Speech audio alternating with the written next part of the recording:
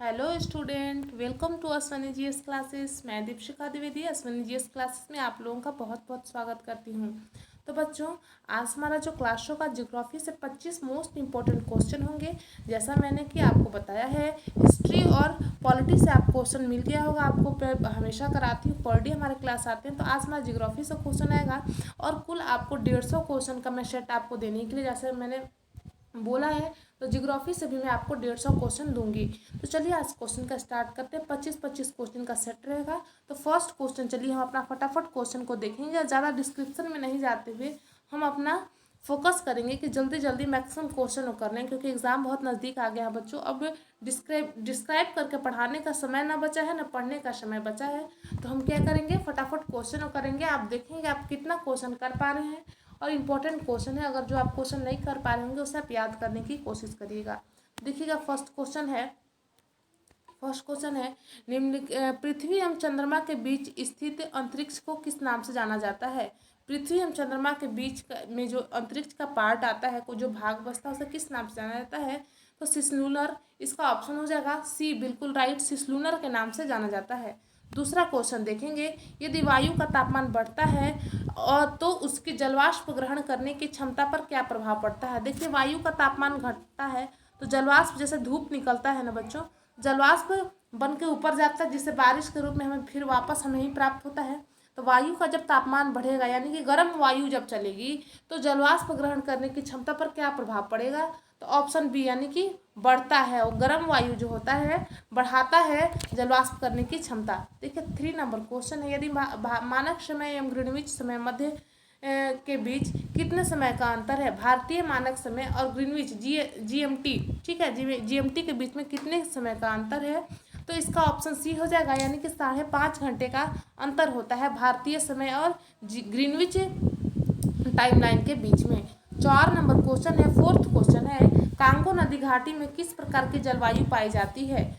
Fourth का option है, देखिए, मानसूनी, भूमध्य सागरीय, भूमध्य रेखीय, उपध्रुवीय। तो भूमध्य रेखीय जलवायु पाई जाती है और इस जलवायु में रबड़ की खेती के लिए उपयुक्त माना जाता है। 5वां क्वेश्चन है, मकर रेखा अथवा 23.5 डिग्री दक्षिणी अक्षांश वृत्त निम्नलिखित में से कहाँ से होकर गुजरती है।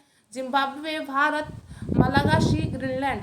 तो फिफ्थ का आंसर सी हो जाएगा, मलागासी से होकर गुजरती है मकर रेखा या 23.5 डिग्री दक्षिणी अक्षांश वृत्त।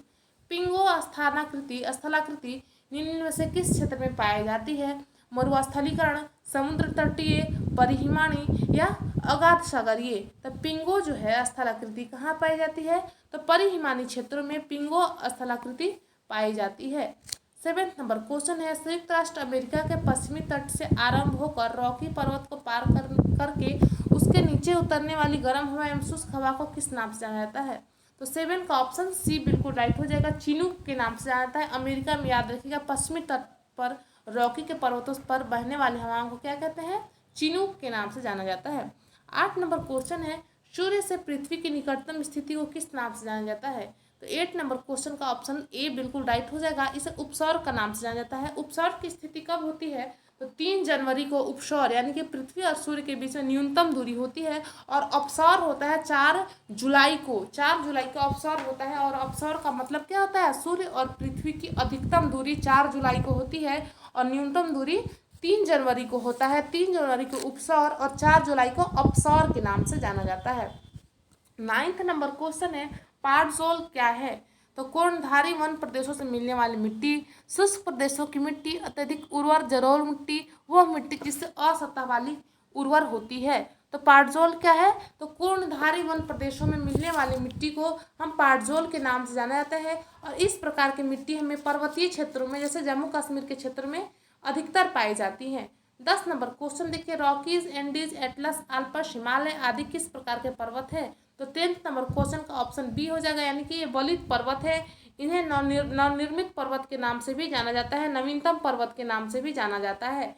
11th नंबर क्वेश्चन है, निम्नलिखित में से कौन सा बादल अत्यधिक तीव्र वर्षा कराता है। कपासी बादल, कपासी वर्षा, वर्षा स्तरीय, पक्षाभ स्तरीय। तो 11th नंबर क्वेश्चन का ऑप्शन सी हो जाएगा, यानी कि वर्षा स्तरीय, निम्बो स्टेरस, अधिक वर्षा कराने के लिए उत्तरदायी माने जाते हैं। 12वीं नंबर क्वेश्चन है, निम्नलिखित में से कौन सी वायुमंडलीय परत है जिसमें ऊंचाई के साथ तापमान में वृद्धि अंकित की जाती है? ट्रेस्मोस्फेयर, स्ट्रेटोस्फेयर, मेसोस्फेयर या ये सभी? तो 12 का ऑप्शन डी हो जाएगा। यानी कि ये देखिए, जैसे हम आयन मंडल, क्षोभ मंडल, संताप मंडल कहते हैं ना, तो उसी को इंग्लिश में नाम लिखा गया है। तो तापमान वृद्धि किसमें अंकित किया है? तो ऊंचाई बढ़ने के साथ साथ सारे मंडलों में, जितने भी वायुमंडल की परत है, सब में तापमान की वृद्धि अंकित की जाती है, इसीलिए ऑप्शन डी हो जाएगा। ठीक है। 13 नंबर क्वेश्चन है, निम्नलिखित में से कौन महाद्वीपीय पठार का उदाहरण है? ग्रीनलैंड का पठार उदाहरण नहीं है। ठीक है। ग्रीनलैंड का पठार, दक्कन का पठार, ऑस्ट्रेलिया का पठार, पेंटागोनिया का पठार। तो 13 का ऑप्शन डी हो जाएगा। पेंटागोनिया का पठार जो है महाद्वीपीय पठार का उदाहरण नहीं है। ऑप्शन डी बिल्कुल राइट हो जाएगा। 14 नंबर क्वेश्चन है, दक्षिणी गोलार्ध में सबसे लंबा दिन कौन होता है? 21 जून, 21 मार्च, 23 सितंबर, 22 दिसंबर। तो 14 का ऑप्शन डी हो जाएगा। देखिएगा, 22 दिसंबर को हम बड़ा दिन के नाम से भी लोग जानते हैं। सबसे लंबा दिन होता है दक्षिणी गोलार्ध का 22 दिसंबर। 15 नंबर क्वेश्चन है, पॉइंट पेड्रो या पेड्रो टाला निम्नलिखित में से किस देश का सर्वोच्च पर्वत शिखर है? दक्षिण अफ्रीका, पनामा, श्रीलंका, कंबोडिया। तो 15 का ऑप्शन सी यानी कि श्रीलंका हो जाएगा। बिल्कुल राइट ऑप्शन, ये श्रीलंका के पर्वत शिखर का नाम है। 16 नंबर क्वेश्चन है, लैपिज किस क्षेत्र से संबंधित स्थलाकृति है? रेगिस्तान, पर्वतीय, मैदानी या कास्ट्र। तो 16 नंबर क्वेश्चन का ऑप्शन डी हो जाएगा। लैपिज का संबंध कास्ट्र से है। ठीक है। ऑप्शन डी बिल्कुल राइट हो जाएगा। 17 नंबर क्वेश्चन में चलेंगे, माओरी जनजाति का निवास किस क्षेत्र में मिलता है? England, Finland, Scotland, New Zealand. तो 17 नंबर क्वेश्चन जो है उसका आंसर हो जाएगा, माओरी का संबंध मिलता है न्यूजीलैंड से। ठीक है। न्यूजीलैंड से मिलता है माओरी का संबंध, जनजाति मिलते हैं वहाँ पे। 18 क्वेश्चन है, लिटिल अमेरिका नामक स्थान किस उपमहाद्वीप में स्थित है? लिटिल अमेरिका नामक जो महाद्वीप है कहाँ स्थित है? किस महाद्वीप पर स्थित है लिटिल अमेरिका? उत्तरी अमेरिका, दक्षिणी अमेरिका, ऑस्ट्रेलिया, अटलांटिका। तो 18 नंबर क्वेश्चन है, ऑप्शन डी बिल्कुल राइट हो जाएगा। अटलांटिका में स्थित है लिटिल अमेरिका नामक महाद्वीप। 19 नंबर क्वेश्चन है, टैगा एवं कोरंधारी वन प्रदेशों में मिलने वाली महत्वपूर्ण मृदा कौन है? तो 19 का ऑप्शन हो जाएगा डी। देखिएगा, अभी अभी हमने पढ़ा था कि पाटजोल मिलते हैं कोरंधारी वन प्रदेशों में मिलने वाली मिट्टी क्या नाम है? तो पाटजोल। तो देखिए, आपसे पूछ रहा कोरंधारी वन प्रदेश में मिलने वाली मिट्टी क्या नाम है? तो पाटजोल। पाटजोल कहाँ मिलती है? तो कोरंधारी प्रदेश में। 2 क्वेश्चन आया था, थोड़ा सा घुमा के क्वेश्चन को बदल दिया गया। इसी प्रकार से आपको एग्जाम में भी क्वेश्चन पूछे जाते हैं थोड़ा घुमाकर। स्ट्रोम्बोली किस प्रकार का ज्वालामुखी है? जागृत, सुश्रुत, मृत एवं शांत है, इनमें से कोई नहीं। तो 20 क्वेश्चन का ऑप्शन नंबर फर्स्ट यानी कि जागृत है ज्वालामुखी, और ज्वालामुखी को पृथ्वी का सेफ्टी वॉल्व कहा जाता है। ठीक है। तो आपने देखा स्ट्रोम्बोली जो है जागृत ज्वालामुखी है। 21 नंबर क्वेश्चन है, निम्न में से कौन सा महासागर उत्तरी अमेरिका को स्पर्श नहीं करता है?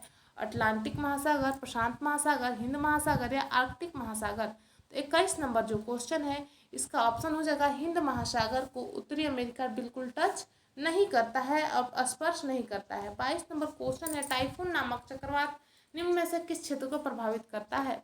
ऑस्ट्रेलिया को, चीन सागर को, पश्चिमी द्वीप को, और ये सभी। देखिएगा, टाइफून चक्रवात कहाँ आता है? तो चीन सागर क्षेत्रों में टाइफून नामक चक्रवात आता है। वहाँ का चक्रवात को क्या कहते हैं? तो टाइफून के नाम से जाना जाता है। 23 नंबर क्वेश्चन है, निम्नलिखित में से किसे महाद्वीपों का महाद्वीप कहा जाता है? ऑस्ट्रेलिया को, अटलांटिका को, उत्तरी अमेरिका को, एशिया को। 23 का ऑप्शन हो जाएगा डी, यानी कि एशिया जो है महाद्वीपों का महाद्वीप कहा जाता है। एशिया सबसे बड़ा महाद्वीप माना जाता है, सबसे छोटा ऑस्ट्रेलिया को माना जाता है। 24 है, क्यूबा चीनी का कटोरा कहते हैं, परंतु कौन सा देश गन्ने में के उत्पादन में अग्रणी है? तो याद रखिएगा, गन्ने के उत्पादन में अग्रणी हमारा है भारत, और भारत का कौन सा स्टेट? तो उत्तर प्रदेश। उत्तर प्रदेश गन्ने के उत्पादन करने में अग्रणी राज्य है। तो यहाँ ऑप्शन ए बिल्कुल राइट हो जाएगा। 25 नंबर क्वेश्चन है, विश्व में सर्वाधिक कपास का उत्पादन किस देश में होता है? भारत, मिस्र, यूएसए, इंडोनेशिया।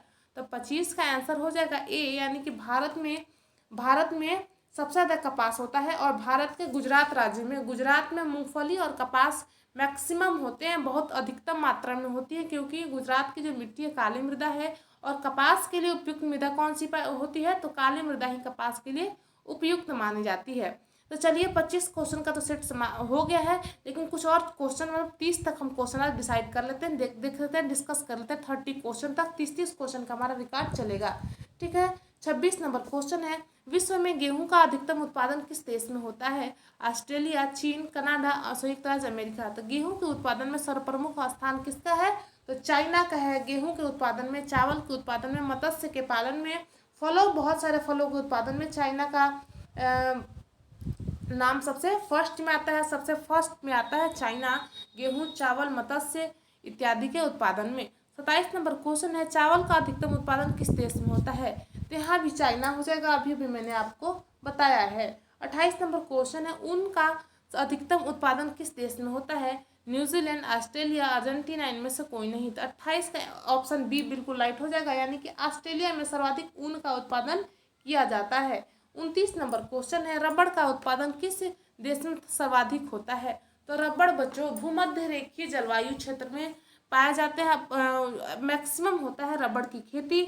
रबड़ का प्रयोग देखते हैं जैसे ट्यूब बनाने में, ट्यूब टायर बनाने में, और बहुत सारे जगहों पर रबड़ का प्रयोग किया जाता है। भारत में रबड़ का उत्पादन कम मात्रा में किया जाता है, और केरल के तरफ वाले राज्यों में, मैंने दक्षिण भारत के राज्यों में रबड़ का उत्पादन किया जाता है। रबड़ के उत्पादन में सर्वाधिक किस देश का नाम आता है सर्वाधिक उत्पादन में? तो थाईलैंड है। ठीक है, थाईलैंड में सर्वाधिक रबड़ का उत्पादन किया जाता है।